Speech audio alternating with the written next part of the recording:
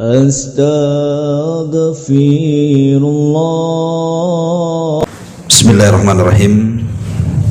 Assalamualaikum warahmatullahi wabarakatuh. Alhamdulillah wassalatu wassalamu ala rasulillah wa ala alihi wa sahbihi wa mawalah wa la hawla wa la quwata illa billahi wa ba'du. Alhamdulillah, segala puja dan puji hanya milik Allah subhanahu wa ta'ala. Salat dan juga salam kita hadiahkan kepada Rasul kita Nabi besar Muhammad sallallahu alaihi wa ala alihi wasallam. Kita lanjutkan kajian kita, masih membahas tafsir singkat dari Juz Amma, dan kita masuk pada surah Al-Insyiqaq ayat ke-7 dan seterusnya. A'udzubillahi minasyaitonirrajim. Bismillahirrahmanirrahim.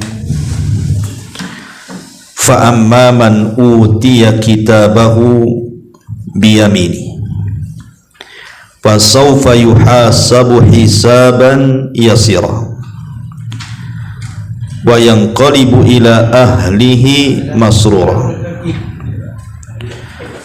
Wa amma man utiya kitabahu wara'a dhahri fa sawfa yud'u thubura wa yasla sa'ira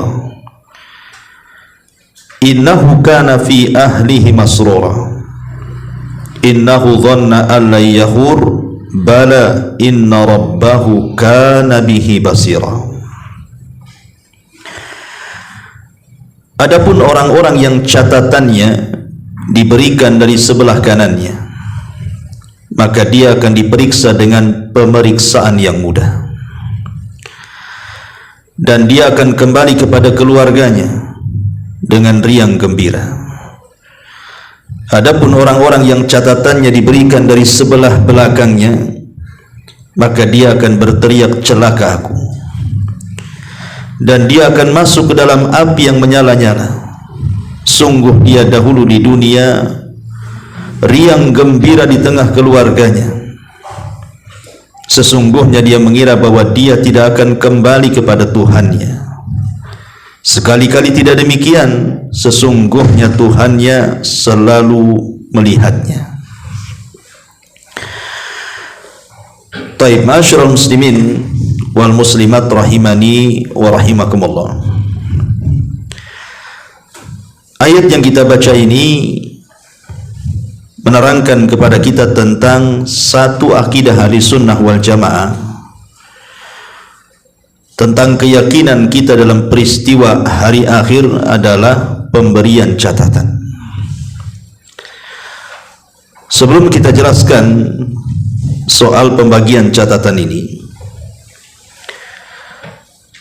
kita tahu beriman dengan hari akhir ini adalah sesuatu daripada rukun-rukun iman yang wajib kita imani. Kalau tidak, maka kita kufur. Lalu apa faedahnya? Kenapa kita harus beriman dengan peristiwa-peristiwa hari akhir?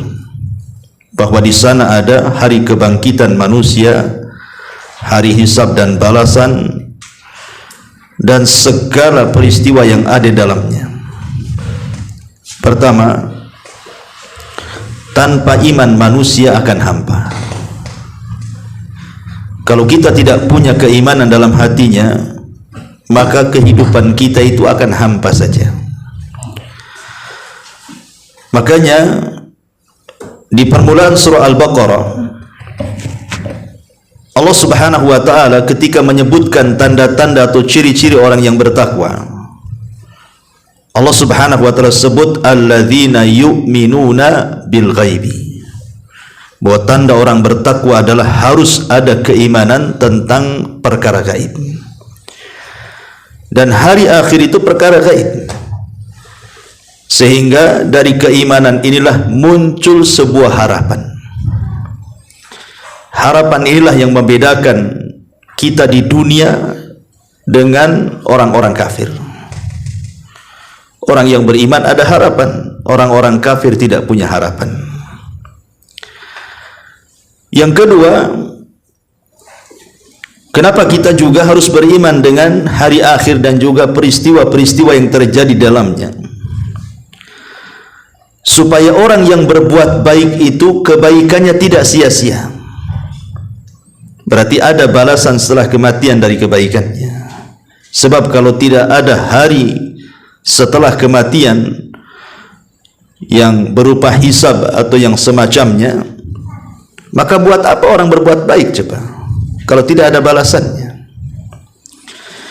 Yang ketiga, kalau tidak ada kehidupan setelah kematian, maka manusia pasti akan melakukan banyak kezaliman, hilang keadilan, bahkan manusia tidak akan aman hidupnya.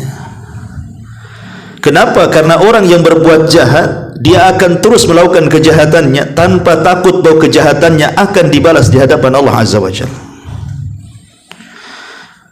Kemudian yang keempat, bahwa orang yang yakin ada kehidupan setelah kematian dari proses-proses hisab dan yang semacamnya, maka dia akan semangat beramal walaupun di ujung hayatnya. Makanya di zaman sahabat ada seorang sahabat namanya Abu Dahda radhiyallahu anhu. Di usia senjanya Abu Dahda ini, dia menanam pohon yang kalau pohon itu besar itu perlu bertahun-tahun baru dia berbuah. Boleh jadi setelah kematiannya baru dia berbuah. Jadi katakan kepada Abu Dahda, ya Abu Dahda, kenapa engkau menanam pohon yang bisa berbuah puluhan tahun sementara engkau sudah tua?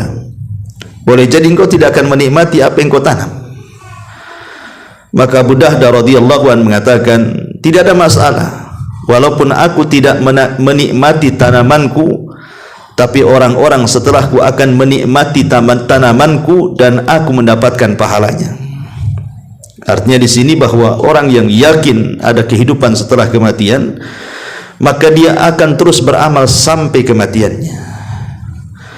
Kemudian yang nomor 5, dengan adanya kehidupan setelah kematian itu dan balasan-balasannya, maka kita lebih bisa mengagungkan Allah Subhanahu wa taala, bahwa Allah itu ala kulli syai'in qadir.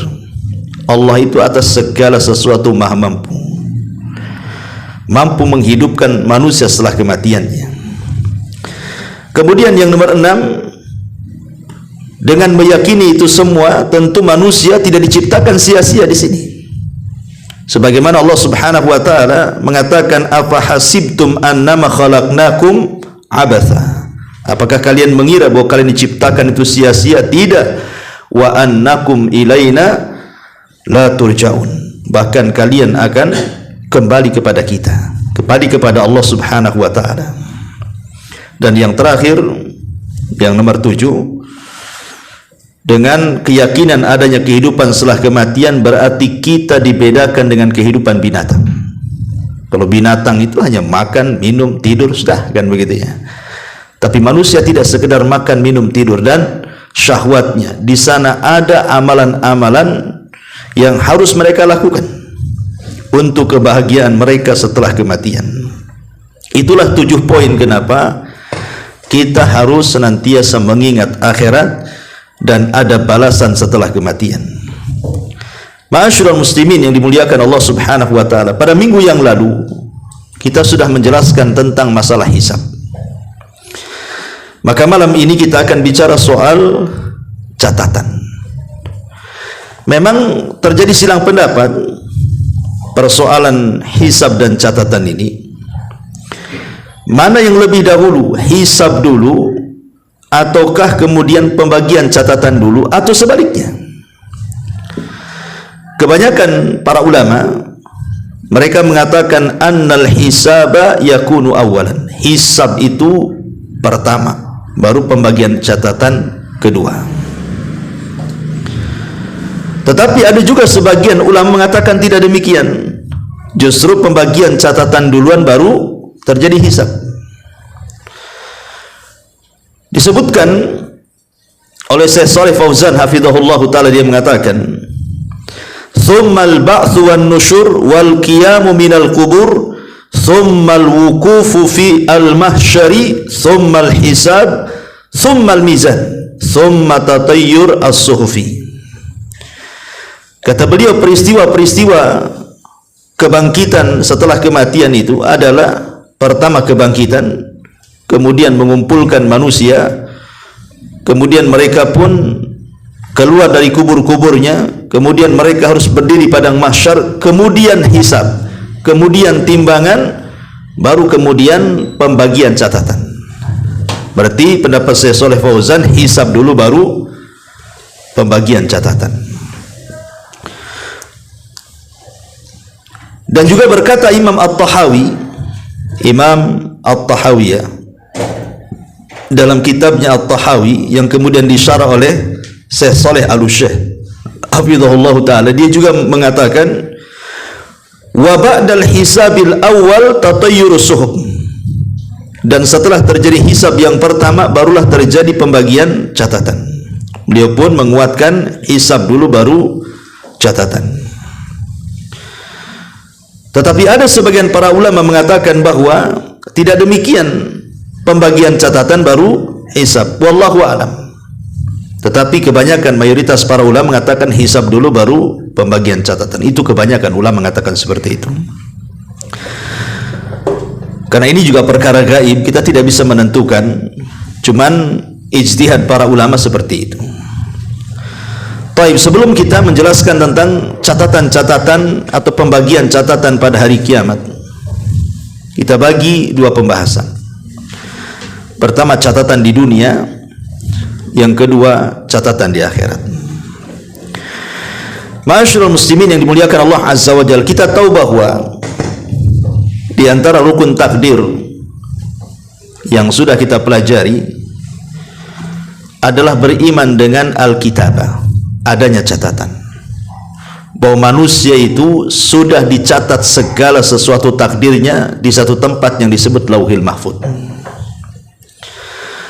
Tetapi ada catatan-catatan yang dicatat selain yang di Lauhil Mahfuz adalah dalam catatan para malaikat, seperti yang disebut dengan takdir al-umri, takdir umur. Kapan takdir umur itu? Saat kita berada di perut ibu kita, maka malaikat datang kemudian mencatat berapa ajalnya, berapa bahagianya, berapa amalannya, macam mana dia akhirnya, sul khotimah atau husnul khotimah, dicatat semua oleh malaikat. Termasuk juga takdir hauli, takdir tahunan, dan itu terjadi di malam Lailatul Qadar, di mana di malam Lailatul Qadar malaikat akan mendaur ulang catatannya untuk takdir setahun yang akan datang. Artinya bahwa di dunia ini segala sesuatu aktivitas yang kita lakukan, baik apa yang dikatakan dalam hati kita atau terucap dalam lisan atau dalam bentuk perbuatan, baik yang baik ataupun yang buruk, tidak lepas daripada catatan-catatan malaikat. Dan para ulama mengatakan malaikat yang menyertai kita itu ada 3 kelompok. Malaikat yang menyertai kita itu ada 3 kelompok. Yang pertama, malaikat yang mendatangi kita saat kita berada dalam rahim ibu kita, di mana tugas malaikat ini diperintah oleh Allah Subhanahu wa taala untuk mencatat segala sesuatu yang berhubungan dengan kita, usianya, amalnya, bahagianya, celakanya, umurnya, dan begitu seterusnya. Ini yang pertama. Inilah malaikat yang menyertai kita. Kemudian yang kedua, hirasatuhum libni Adam. Ada malaikat yang ditugaskan oleh Allah Subhanahu wa taala untuk menjaga kita, menjaga anak Adam. Dan ini disebutkan di dalam Al-Qur'anul Karim surah Ar-Ra'd. Allah mengatakan lahu mu'aqibatum min baini yadayhi wa min khalfihi yahfazunahu min amrillah. Dan bagi manusia itu terdapat malaikat-malaikat yang senantiasa menjaganya, baik di depannya, di belakangnya, dan terus menjaga dari amrillah, dari perkara perintah-perintah Allah Subhanahu wa taala.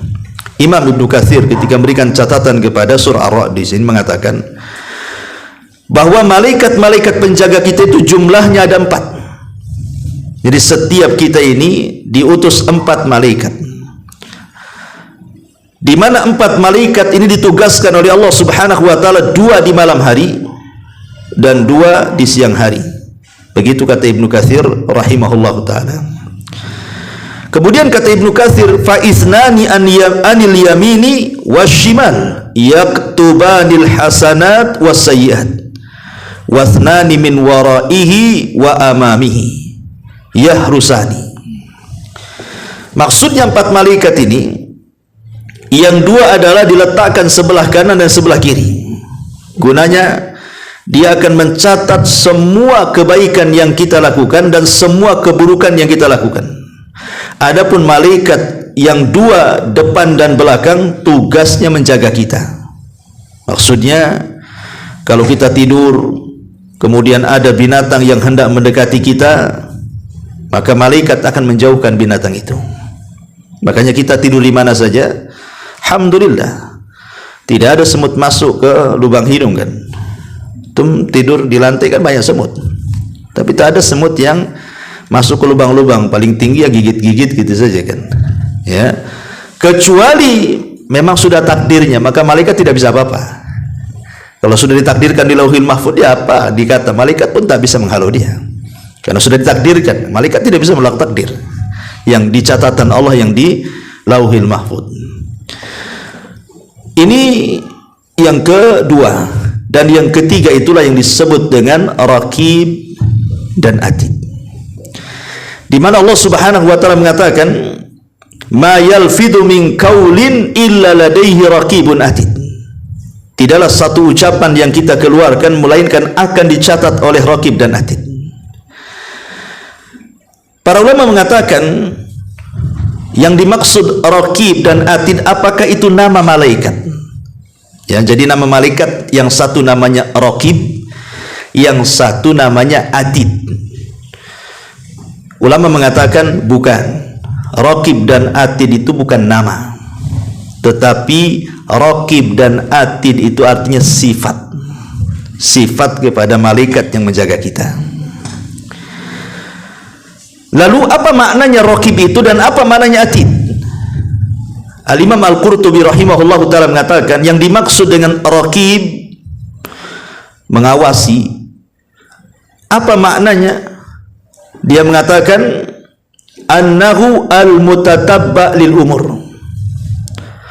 Al-mutatabba lil umur, malaikat yang terus mencari-cari urusan kita. Kemudian juga makna yang kedua annahul hafid, boleh jadi yang dimaksud dia menjaga kita, atau boleh jadi yang dimaksud asyahid, yang menyaksikan kita. Jadi malaikat Raqib itu imma dia mencari-cari urusan kita, atau menjaga kita, atau menyaksikan apapun yang kita lakukan, kemudian dicatatnya. Adapun Atid maksudnya annahul hadir alladzi la yaghib, malaikat yang selalu ada dan tidak pernah lepas dari kita, itu disebut Atid. Ya, malaikat yang tidak pernah lepas dari kita itu ada terus, itulah disebut Atid.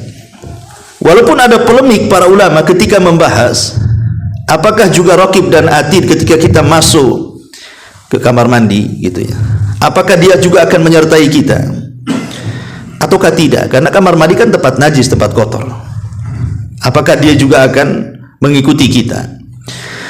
Maka para ulama mengatakan sebagaimana dinyatakan oleh Syekh Utsaimin rahimahullahu taala, ya tetap saja manusia akan diikuti oleh Raqib dan Atid walaupun dia masuk ke dalam khala, maksudnya ke kamar mandi.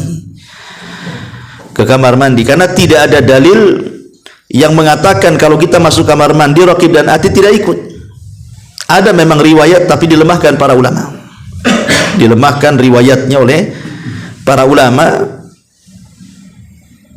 Tetapi ada juga yang ulama beristihad, seperti yang dikatakan oleh Al-Hasan Al-Basri, innal malaikata yajtanibunal insan ala hataini manusia itu, malaikat itu akan menjauh dari manusia dalam dua kondisi.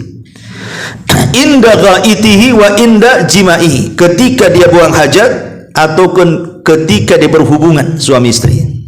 Itu kata Hasan Al-Basri rahimahullahu ta'ala. Tetapi sekali lagi Al-Imam Ibn Utsaimin dan juga yang lainnya mengatakan kita masih berpendapat sebagaimana zahir daripada ayat. Ma yalfidu min qaulin illa ladaihi raqibun atid. Zahir ayat, malaikat ini akan terus bersama kita. Kecuali ada dalil yang khusus yang mengatakan kecuali kalau seandainya kita masuk kamar mandi dia keluar atau menunggu gitu ya. Ataupun ketika melakukan hubungan dia juga tidak berada di sekitar kita. Kalau memang ada dalilnya, ya tentu ala ra'si wal ain kata orang Arab. Ya kita samina wa ta'na. Tapi karena tidak ada dalil kata Syekh Utsaimin, maka hukum tetap pada asalnya. Bahwa malaikat raqib dan atid itu walaupun kita masuk ke kamar mandi tetap akan beserta dengan kita. Ini kalau bicara soal malaikat-malaikat yang menyertai kita dan malaikat-malaikat yang menjaga kita dan malaikat-malaikat yang mencatat amalan kita. Makanya kalau kita berkisah tentang kisah Imam Ahmad yang pernah saya sampaikan kepada antum.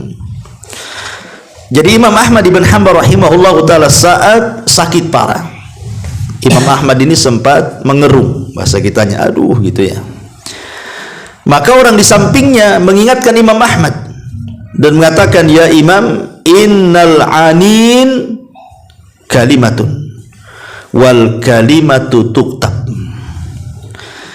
Wahai Imam, bukankah aduhan erungan itu sebuah kalimat dan kalimat itu akan dicatat?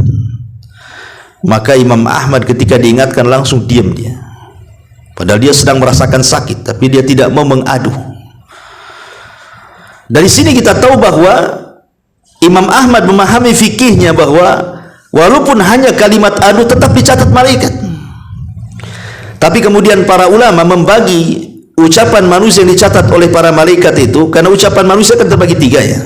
Pertama ucapan yang berpahala, yang kedua ucapan yang tidak berpahala, karena mungkin ucapan-ucapan yang mengandung dosa, kemudian ucapan yang tidak berpahala dan tidak mengandung dosa. Jadi ucapan ada tiga, ada yang berpahala, ada yang mengandung dosa, ada kalimat yang tidak mengandung pahala juga tidak mengandung dosa. Maka ulama mengatakan semua akan dicatat. Semua akan dicatat. Tetapi wallahu alam, apa semua akan dihisab? Maka para ulama mengatakan tidak. Yang akan dihisab itu yang mengandung pahala dan yang mengandung dosa saja. Adapun yang tidak mengandung pahala dan dosa tidak dicatat, tidak dihisab. Lalu kenapa kok tidak dihisab kemudian dicatat? Itulah amanahnya para malaikat untuk membuat laporan kepada Allah Subhanahu wa ta'ala. Semua dicatat. Karena kalau hisab itu kan hak mutlak milik Allah kan begitu. Yang penting tugasnya malaikat catat-catat dia. Karena malaikat itu tidak pernah bermaksiat dari perintah Allah Subhanahu wa ta'ala. La ya'sunallah ma amarahum wa yaf'aluna ma yu'marun. Malaikat itu akan terus melaksanakan apapun yang diperintahkan Allah. Makanya dia akan catat semuanya. Tapi soal mana yang dihisab, mana yang tidak, itu dikembalikan kepada Allah Subhanahu wa ta'ala. Lah dalam ayat yang kita baca ini, di mana Allah Subhanahu wa ta'ala bicara soal catatan kita. Kalau kita melihat pada beberapa ayat dalam Al-Quran yang berkaitan dengan catatan ini, contohnya umpamanya Allah Subhanahu wa ta'ala berfirman dalam surah Al-Kahfi ayat 49. Apa kata Allah? Wa wudi al-kitab fataral mujrimin mushfikina mimma fihi wa yaquluna ya wailatana ma li hadzal kitab la yughadiru saghiratan wala kabiratan illa ahsaha wa wajadu ma amilu hadiran wala yadlimu rabbuka ahada. Dan diletakkanlah kitab catatan amal itu, lalu engkau akan melihat orang-orang yang berdosa merasa ketakutan terhadap apa yang tertulis dalamnya. Dan mereka berkata, betapa celaka kami, kitab apakah ini? Tidak ada yang tertinggal, yang kecil ataupun yang besar, melainkan semua tercatat di dalamnya. dan mereka mendapati semua apa yang telah mereka kerjakan tertulis, dan Tuhanmu tidak akan pernah menzalimi siapapun. Lihat bagaimana telitinya catatan itu. Boleh jadi ikhwatu fiddin, apa yang kita lakukan di dunia ini baru 1 minggu saja antum sudah lupa. Kira-kira minggu kemarin antum melakukan apa, mengucapkan apa, kebaikan apa yang sudah dilakukan, kejelekan apa yang pernah kita kerjakan. Kita tidak tahu kan begitu. Tapi jangan salah bahwa apa yang kita lupa dari apa yang sudah kita kerjakan belum tentu kemudian malaikat lupa mencatatnya. Semua akan ada catatannya, yang kecil, yang besar, yang tampak ataupun yang tersembunyi. Makanya Allah Subhanahu wa taala juga mengatakan dalam surah Al-Haqqah ayat 25 dan seterusnya, Allah mengatakan, wa amman utiya kitabahu bishimali fayaqulu ya laitani lam uta kitabiyah wa lam adri ma hisabiyah ya laitaha kanatil qadiyah ma agna anni maliyah halaka anni sultaniyah. Adapun orang-orang yang kitabnya diberikan di tangan kirinya, maka dia berkata, alangkah baiknya jika kitabku ini tidak diberikan kepadaku, karena dia sudah tahu isinya, sehingga aku tidak mengetahui bagaimana perhitunganku. Wahai kiranya kematian itulah yang menyudahi segala sesuatu. Hartaku sama sekali tidak berguna, kekuasaanku pun telah hilang dari diriku dan tidak ada gunanya. Artinya bahwa orang-orang yang melakukan kejahatan, yang kemudian di akhirat ditakdirkan mengambil catatan dengan tangan kirinya, dia baru terasa bahwa apa yang dilakukan semua ada catatannya. Karena Allah Subhanahu wa taala tidak meninggalkan sedikit pun kecuali sudah terdapat dalam catatan itu. Tetapi ikhwatu fiddin muliakan Allah Azza wa Jalla, catatan itu terbagi menjadi 2. Ada namanya catatan global, ada namanya catatan khusus. Ya. Adapun catatan global itu maksudnya satu buku itu semua ada di situ semua, dan itu dibagikan kepada masing-masing para nabi dan umat-umat masing-masing para nabi. Umpamanya Nuh alaihi salam dengan umatnya diletakkan dalam satu catatan, Ibrahim dengan umatnya diletakkan dalam satu catatan, Nabi Syuaib dan umatnya diletakkan dalam satu catatan, dan semua para nabi, Musanya, Isanya, termasuk Nabi kita Muhammad sallallahu alaihi wasallam ada bukunya masing-masing. Jadi dalam satu buku itu Nabi juga ada di situ, para sahabat ada di situ, para tabi'in ada di situ, termasuk juga kita ada di situ. Itu namanya catatan umum. Catatan umum. Tapi yang kedua, itulah yang kemudian disebut dengan catatan khusus. Catatan khusus ini yang Allah Subhanahu wa taala firmankan dalam surah Al-Isra ayat 13, wa kulla insanin alzamnahu ta'irahu fi unuki wa nukhriju lahu yawmal qiyamati kitaban yalqahu mansyura iqra kitabak kafa bi nafsika al-yawma 'alaika hasiba. Dan tiap-tiap manusia itu telah kami tetapkan amal perbuatannya sebagaimana tetapnya kalung pada lehernya, dan kami keluarkan baginya pada hari kiamat sebuah kitab yang dijumpainya terbuka, dan Allah mengatakan, bacalah kitabmu, cukuplah dirimu sendiri pada waktu itu sebagai penghisab terhadap dirimu sendiri. Ini yang disebut ayat surah Al-Isra 13 ini, maksudnya catatan khusus yang isinya cuman amalan kita mulai dari lahir sampai kita mati. Jadi ada 2 catatan di sini ya. Ada catatan besar di mana kita tergabung dengan para nabi, dengan para sahabat, para tabi'in, para tabi'ut tabi'in, semua dalam satu catatan itu. Tapi ada catatan khusus yang hanya untuk kita saja. Masalahnya ikhwatu fiddin muliakan Allah Azza wa Jalla, 2 catatan ini akan dibuka dan akan dibaca. Itu masalahnya. Jadi pertama nih, catatan global itu akan dibacakan. Abu Bakar Siddiq radhiyallahu an, begini catatannya 1, 2, 3 dan kebaikannya. Umar, beginilah kebaikannya. Utsman, inilah kebaikannya. Kemudian menginjak kepada para tabi'in, kemudian para ulama, Imam Ahmad, Imam Syafi'i, semua disebutkan. Ketika antum disebutkan di situ, antum akan merasa malu. Ya. Karena semua aib-aib kita akan terbongkar di situ. Nanti kita akan merasa malu siapa kita dengan mereka. Disitulah terjadi penyesalan yang luar biasa, karena kita betul-betul dipermalukan dalam catatan itu. Karena lain dengan catatan sendiri. Kalau catatan sendiri ini kan pertanggungjawaban kita dengan Allah kan. Kita akan dipanggil satu-satu menghadap Allah, dan Allah mengatakan buka catatanmu, maka akan dibuka catatan itu. Seperti hadis yang ma'ruf, ketika ada orang yang kemudian memiliki 99 catatan di dalamnya, kesalahan dia semua menghadap Allah Azza wa Jal, kemudian Allah mengatakan bukalah satu catatan dari 99 catatan yang kau buka itu. Ketika dibuka rupanya sejauh mata memandang semua kesalahan dia.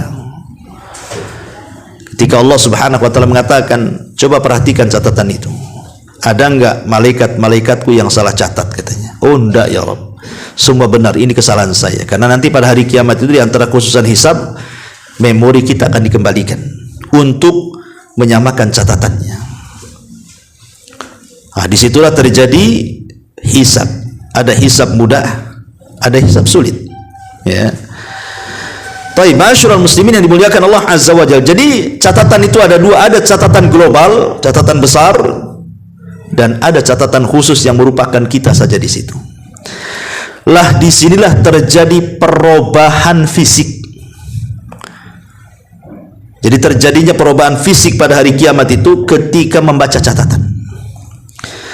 Kalau seandainya catatan kebaikan kita jauh lebih banyak dibandingkan catatan keburukannya, maka setiap kita membaca catatan kebaikan, maka wajah kita akan bersinar, bersinar, bersinar, bersinar seperti rembulan. Dan tanpa sadar badan kita juga akan membesar, membesar, membesar sampai berhenti setinggi Adam dan selebar Adam. Kalau seandainya catatan kebaikannya lebih banyak dibandingkan keburukannya. Jadi ketika membaca itu, maka tiba-tiba bercahaya, kemudian badannya melebar, membesar dan meninggi, dan akan berhenti di postur Adam alaihi salatu wassalam. Artinya sudah jelas bahwa orang seperti ini layak masuk surga. Ya. Adapun kemudian ketika kita membaca catatan yang buruk, maka yang tadinya bersinar akan menghitam, bersinar lagi akan menghitam. Ya, tergantung. Tetapi terkadang Allah Subhanahu wa taala menutupi perkara itu dari manusia kalau memang dia orang-orang yang ketika di dunia itu orang yang selalu menutup aib orang lain. Sebagaimana Rasulullah SAW mengatakan, man satara musliman satarahullahu yaumal qiyamah. Siapa yang menutup aibnya seorang muslim di dunia, Allah tutup aibnya di akhirat. Jadi ketika dia membaca catatan buruk, otomatis kan menghitam tuh wajahnya. Manusia akan melihat kan gitu. Tetapi karena dia di dunia suka menutup aib orang, maka ketika dia membaca catatan yang buruk yang harusnya terlihat hitam di hadapan manusia, tapi Allah berikan tabir sehingga orang tidak tahu. Makanya di sini jangan sampai kita kemudian membuka aib orang lain. Nanti Allah akan buka aib kita di hadapan manusia di padang mahsyar itu. Masyarul muslimin yang dimuliakan Allah Subhanahu wa taala. Lah ulama mengatakan bahwa manusia sebagaimana golongan-golongannya di dunia, begitu juga Allah perlakukan mereka di akhirat. Manusia di dunia itu terbagi tiga kan? Mukmin, kafir, munafik. Mukmin, kafir, munafik. Tidak ada orang keempatnya. Kalau tidak mukmin kafir, kalau tidak kafir munafik. Cuma tiga manusia itu. Ya kafir yang mencakup ahli kitab, orang-orang yang berberhala, jadi satulah orang kafir kan itu. Lah ketika tiga kelompok ini dihadapkan di hadapan catatan pada hari kiamat, maka orang yang beriman sudah jelas mengambil dengan tangan kanannya. Orang yang beriman mengambil dengan tangan kanannya, dan orang kafir mengambil dengan tangan kirinya. Tetapi orang-orang munafik dia mengambil tangan kiri dengan di belakang punggungnya. Artinya orang munafik jauh lebih bahaya dibanding orang kafir. Orang munafik itu jauh bahaya dibandingkan orang kafir. Maka cara mengambilnya pun dengan tangan kiri dan di balik punggungnya. Itu ada penafsiran. Tapi penafsiran yang lain tidak. Maksudnya mengambil catatan dengan tangan kanan dan tangan kiri ini khusus untuk orang yang beriman. Tapi yang mengambil catatan dari balik punggungnya dengan tangan kiri itu khusus orang kafir, termasuk orang munafik dan orang musyrik dalamnya. Mananya kalau dia mengambil dengan tangan kanannya, berarti mereka adalah orang-orang yang disebut dengan as-sabiqun as-sabiqun, orang-orang yang mulia, mungkin para nabi, para sahabat, para syuhada gitu ya. Tetapi bagi yang mukmin, tetapi dia mungkin ketika di dunia melakukan kefasikan, kayak kita di zaman kita ini kan kita mengaku mukmin tapi maksiat juga gitu ya, maka kita akan mengambil dengan tangan kiri di depan kita untuk menunjukkan bahwa kita masih ada dosa yang harus dibersihkan di neraka. Karena kalau seandainya mengambil dengan catatannya dengan tangan kanannya, berarti dia ashabul yamin, dipastikan masuk surga dan tidak akan mampir di neraka. Tetapi kalau dia masih mampir di neraka, berarti mengambil catatannya dengan tangan kirinya. Itu ada yang berpendapat seperti itu, wallahu alam. Tapi yang jelas bahwa sebaik-baik manusia saat mengambil catatan adalah orang-orang yang mengambil catatan dengan tangan kanannya. Dalam sebuah hadis, ketika Aisyah ummul mukminin radhiyallahu anha sedang duduk dan kepala Rasul berada di pahanya. Kemudian tiba-tiba Aisyah radhiyallahu anha memandang wajah Nabi. Entah apa yang dipikirkan Aisyah, tiba-tiba menangis. Kemudian meneteskan air mata tepat di pipi Nabi. Sontak Rasul bangun, duduk, dipandangnya Aisyah dan mengatakan, "Kenapa engkau menangis?" Maka kata Aisyah radhiyallahu anha mengatakan, "Tadzakkartu yaumal qiyamah ya Rasulullah." Aku teringat dengan hari kiamat. "Hal tadhkuru bi ahlika yaumal qiyamah?" Apakah kau akan ingat aku pada hari kiamat wahai Rasul? Maka Nabi SAW mengatakan, "Ya Aisyah, nanti pada hari kiamat itu la yadhkuru ahadun ahada, di mana manusia tidak akan ingat siapapun kepada orang lain di tiga tempat." Kata Nabi SAW, "Amma fi thalathati mawadhi' fala yadhkuru ahadun ahada." Adapun di tiga tempat manusia tidak ingat siapapun kecuali dirinya. Kemudian Nabi SAW menyebutkan, pertama, indas sirat, ketika meniti titian siratal mustaqim. Orang tidak akan ingat siapapun. Yang ingat dirinya sendiri, bagaimana menyelamatkan dan sanggup melewati titian itu. Apakah dia termasuk yang berhasil, ataukah dia termasuk orang yang terjungkal akhirnya masuk jahanam. Yang kedua, indal mizan, dalam penimbangan amal. Orang tidak akan ingat siapapun sampai betul-betul dia memastikan bahwa timbangan kebaikannya jauh lebih berat dibandingkan timbangan keburukannya. Dan yang ketiga, inda tatayyurus suhuf, ketika kitab-kitab itu diterbangkan sampai dia mengetahui apakah tangan kanan yang mengambil ataukah tangan kirinya yang mengambil.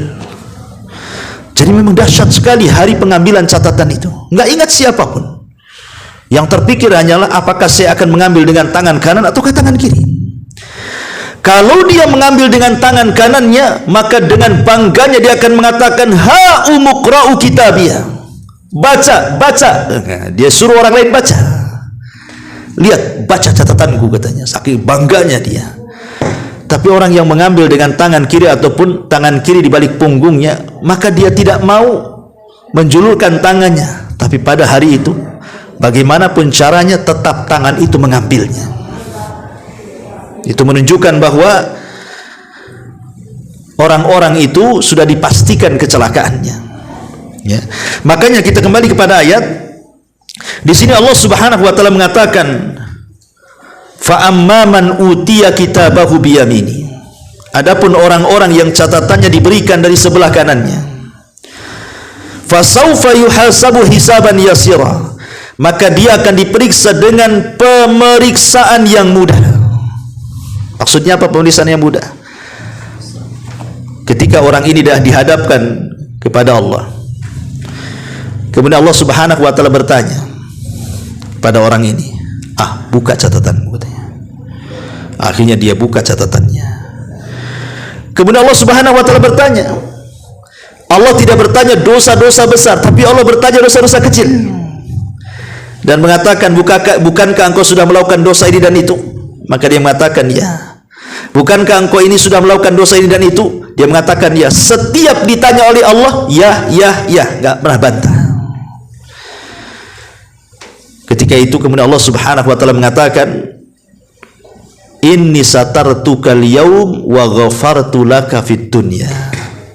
Hari ini wahai fulan, kututupi aib-aibmu. Satartuka laka fid dunya wa ghafartu lakal yaum. Terbalik saya bacanya, ya. Kata Nabi SAW, dulu di dunia kau melakukan dosa, tapi kututup aibmu. Orang enggak tahu kau melakukan dosa. Dan hari ini ku ampuni dosa-dosamu. Inilah yang disebut dengan hisaban yasira, hisabnya mudah. Karena tidak ada bantah-bantahan di sini. Beda dengan hisab sulit. Kata Aisyah radhiyallahu anha, ketika Nabi SAW mengatakan man nukisha man husiba udzib, barang siapa yang dihisab maka akan diazab. Maka Aisyah radhiyallahu anha mengatakan, ya Rasul, bagaimana dengan ayat fasaufa yuhasabu hisaban yasira, bahwa manusia itu akan diperiksa dengan pemeriksaan yang mudah. Maka Nabi SAW mengatakan, tidak wahai Aisyah, itu hanyalah al-ard. Ard itu hanya sekedar mendengarkan kemudian mengiyahkan. Tapi yang dimaksud manukisha uzib, siapa yang terjadi perdebatan saat pemeriksaan catatan, itulah yang disebut dengan hisab yang sulit, karena dia akan diazab. Jadi ketika Allah Subhanahu wa taala bertanya kepada manusia, engkau melakukan dosa ini dan itu, dia akan menyangkal, oh enggak. Engkau melakukan dosa ini dan itu, dia akan menyangkal, oh tidak. Pokoknya dia akan menyangkal terus. Ketika dia menyangkal, tidak mengakui dosanya, disitulah saksi akan didatangkan. Tangan akan jadi saksi. Yauma nakhtimu ala afwahihim wa tukallimuna aydihim wa tashhadu arjuluhum bima kanu yaksibun. Mulut itu kunci, tangan pula bicara. Kulit pula bisa ngomong. Sampai kemudian badan ini marahi kulit, dan lisan ini memarahi kulit dan mengatakan, lima syahidtum alaina, hei kulit, kenapa kau jadi saksi kepada badanmu sendiri, katanya. Apa kata kulit? Antaqanallah, Allah yang buat aku bicara, cemana pula, katanya. Jadi semua akan jadi saksi itu, ya, semua mulai dari mulut, kulit, bahkan bumi pun akan bersaksi untuk kita. Yauma tuhadditsu akhbaraha, pada hari itu bumi menghabarkan ceritanya. Maksudnya menjadi saksi kita, malaikat jadi saksi kita, catatan jadi saksi kita. Kalau sudah mendatangkan saksi-saksi macam-macam ini, berarti alamat hisabnya sulit orang ini. Jadi pahami perbedaan hisab mudah dengan hisab sulit itu. Karena Allah Subhanahu wa taala mengatakan di sini, wa yanqalibu ila ahlihi masrura, dan orang-orang yang mengambil catatan dengan tangan kanannya dan dia mendapatkan hisab yang mudah, maka dia akan kembali kepada ahlinya. Siapa ahlinya di sini? Ada yang mengatakan keluarganya di sorga, tapi juga yang mengatakan kalimat ahli di sini bukan keluarga, maksudnya al-mu'minun, orang-orang yang beriman. Jadi wa yanqalibu ila ahlihi masrura, dia akan kembali kepada keluarganya, maksudnya akan dikelompokkan dengan orang-orang yang beriman. Jadi ada dua penafsiran. Bisa ditafsirkan maksudnya keluarga di sorga, ataupun orang-orang yang beriman yang masuk sorga. Kemudian Allah mengatakan, wa amma man utiya kitabahu wara'a dhahri, beda pula dengan orang-orang yang catatannya diberikan dari sebelah belakangnya. Fasawfa yad'u subura, maka dia akan mencela dirinya sendiri dan mengatakan, celaka aku, celaka aku. Tapi apa gunanya penyesalan? Orang-orang yang masuk neraka, mereka menyesal dan mereka berjanji kepada Allah Subhanahu wa taala, wa hum yastarikhuna fiha rabbana akhrijna na'mal salihan ghaira kunna na'mal. Ya Rabb, keluarkan kami dari neraka, kembalikan kami ke dunia, katanya. Kalau engkau kembalikan kami ke dunia, kami berjanji akan beramal saleh yang dulu kami luput melakukannya. Itulah penyesalan mereka. Tapi Allah Subhanahu wa taala bantah dan Allah katakan apa? awalam nu'ammirkum ma yatadzakkaru fihi man tadzakkar wa ja'akumun nadhir. Enak saja kau ngomong begitu. Di dunia aku sudah kasih umur panjang loh kepada kamu. Kemana saja kau manfaatkan umur itu? Dan pemberi peringatan sudah kami datangkan kepadamu. Di mana saja engkau itu? Akhirnya mereka pun hanya mengeluh dan juga hanya meratap saja di neraka. Tidak keluar juga mereka. Hanya angan-angan saja. Penyesalan itu di akhir, ikhwan. Sampai mereka akhirnya memanggil-manggil malaikat Malik, penjaga neraka, dan mengatakan, ya Malik, wahai Malik, liyak dia alaina rabbuk. Mintalah sama Tuhanmu, kami mati aja lah, nggak usah hidup, katanya. Kami sudah tersiksa lama di neraka ini. Malik tidak jawab. Setelah 100 tahun baru Malik menjawab. Bayangkan. Apa kata Malik? Innakum makithun. Tidak bisa, kau tetap di situ, katanya. Jawabannya, coba kan. Ya. Jadi mereka akan seperti itu, mengatakan celaka aku, wa yasla sa'ira, dan dia akan masuk ke dalam api yang menyala-nyala, maksud neraka. Innahu kana fi ahlihi masrura. Sungguh dia dahulu di dunia bergembira di kalangan keluarganya. Innahu dhanna alla yaqur. Dia mengira bahwa dia tidak akan kembali kepada Tuhannya. Bala inna rabbahu kana bihi basira. Tidak demikian, sungguh Tuhanmu selalu melihatnya. Ini disebut dengan al-jaza min jinsil amal. Balasan itu disesuaikan dengan amalannya.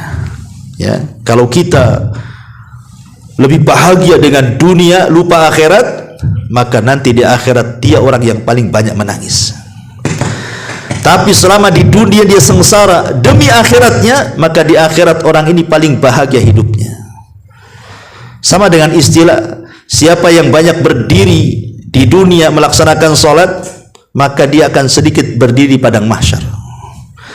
Siapa yang meninggalkan berdiri sholat di dunia, maka dia orang yang paling lama berdiri padang mahsyar.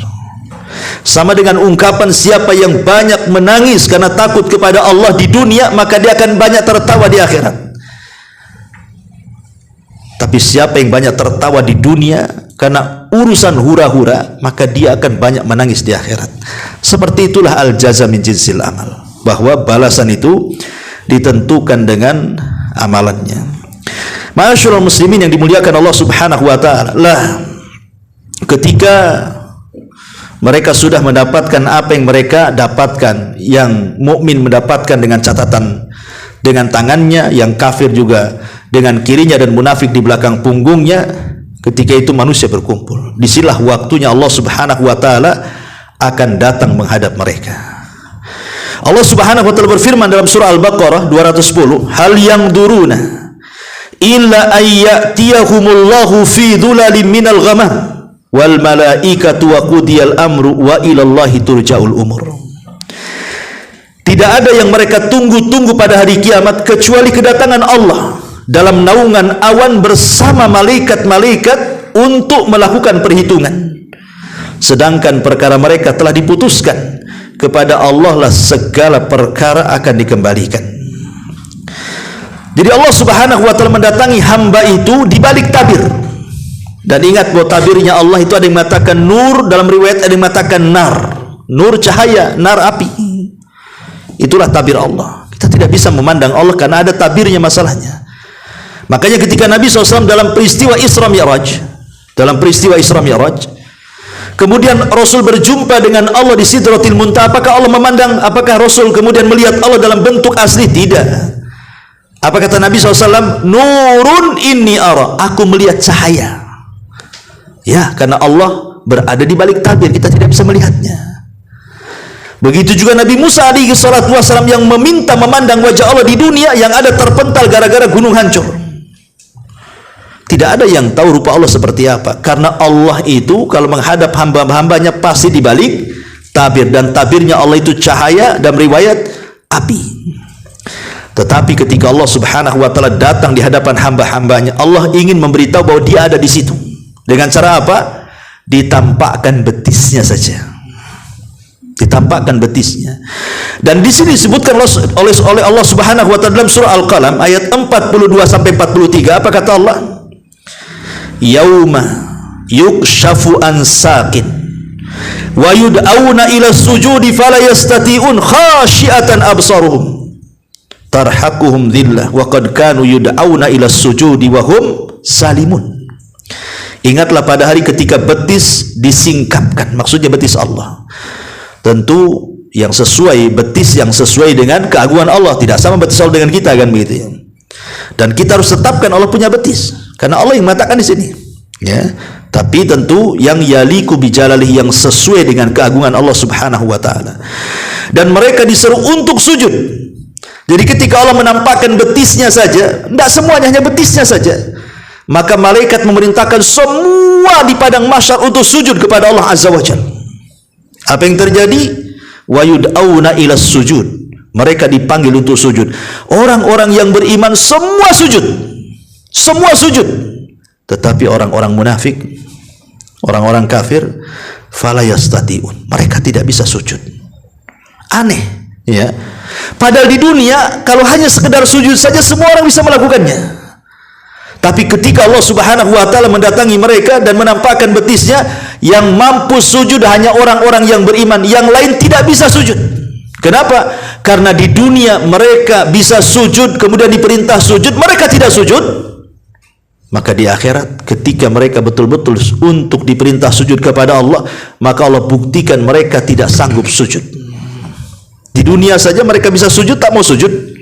Sekarang ketika mereka waktunya sujud, baru mereka tidak bisa sujud. Khasyiatan absaruhum tarhaquhum dhillah wa qad kanu yud'auna ila sujudi wa hum salimun. Apa kata Allah? Pandangan mereka tertunduk ke bawah, diliputi kehinaan. Dan sungguh dahulu di dunia mereka telah diseru untuk sujud pada waktu mereka sehat, tetapi mereka tidak mau melakukannya. Maka sebagai balasan, sekarang kalian tidak sanggup sujud di hadapan Allah. Padahal sujud pada waktu itu sangat berharga, menentukan keselamatan dia masuk neraka atau tidaknya. Ya, ini diantara proses pemberian catatan, dan insyaallah minggu depan kita lanjutkan ke ayat berikutnya. Wallahu a'lam bishawab. Mudah-mudahan ada manfaatnya. Kita tutup dengan doa kafaratul majlis. Subhanakallah bihamdika asyhadu an la ilaha illa anta astaghfiruka wa atubu ilaik. Allahu ta'ala alam. Assalamualaikum warahmatullahi wabarakatuh.